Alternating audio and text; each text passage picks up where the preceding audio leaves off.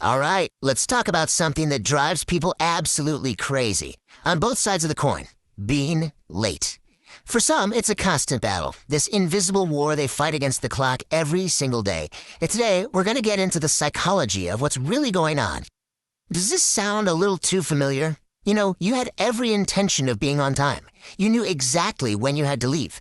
But then, you just had to send one more email, or maybe tidy up that one little spot. And suddenly, poof, time just vanished. And there it is again, that horrible, crushing guilt as you race out the door. That's where we're starting.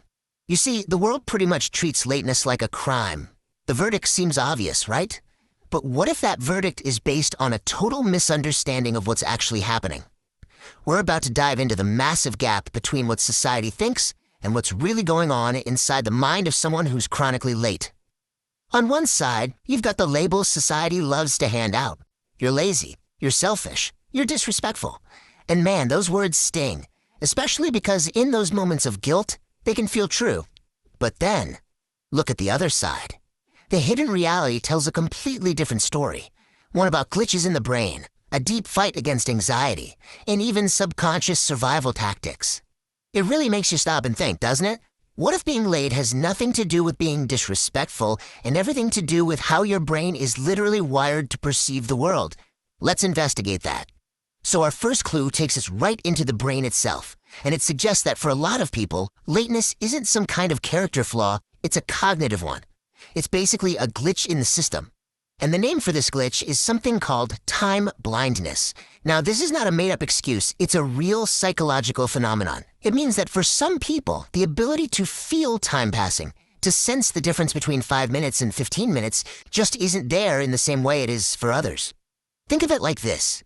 For most people, time is like a ruler. It's linear, it's measurable, you can see the inches ticking by.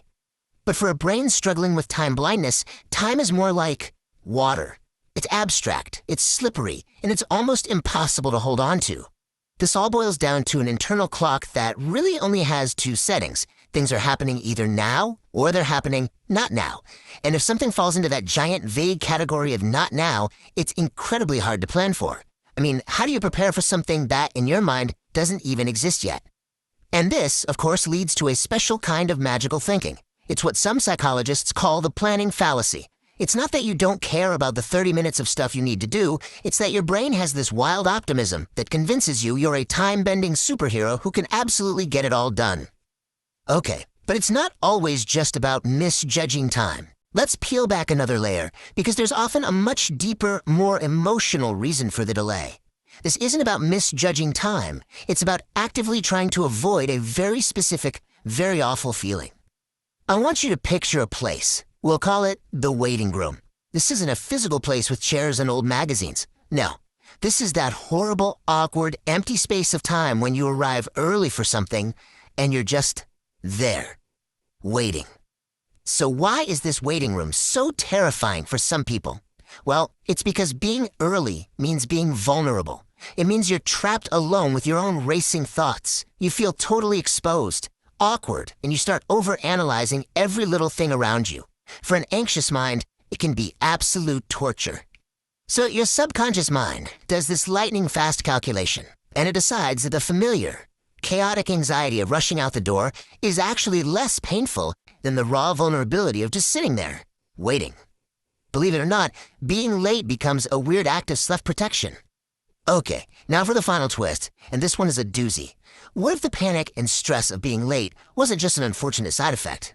What if, for some brains, it's the entire point? This is what we call the adrenaline paradox. So, check out this toxic but strangely effective cycle. It starts with a brain that's understimulated. Basically, it's bored and starved for a chemical kick like dopamine. So, routine tasks feel impossible to start. You delay. But as that deadline gets closer and closer, the panic starts to build. And that panic creates a huge rush of adrenaline. And bam, suddenly that adrenaline gives you the focus and the fuel you were missing all along. And that's the paradox right there. You're not putting things off because you're lazy. Your brain is subconsciously engineering a crisis. You're waiting for the panic to kick in because it's learned that panic is the only fuel that can reliably get your engine started for certain things. So, we've looked at all the evidence, the neurological glitch of time blindness, the hidden anxiety of the waiting room, and the bizarre adrenaline paradox. Now it's time to pull it all together for the final verdict on the crime of being late. And let's be really clear about this. If anything in this explainer has resonated with you, I need you to hear this loud and clear. You are not a bad, selfish, or disrespectful person because you struggle with being on time. What's really happening is a complex internal battle. You're not being selfish. You're fighting a neurological struggle. You're trying to navigate a world that was built for linear thinkers, but your mind operates in the abstract.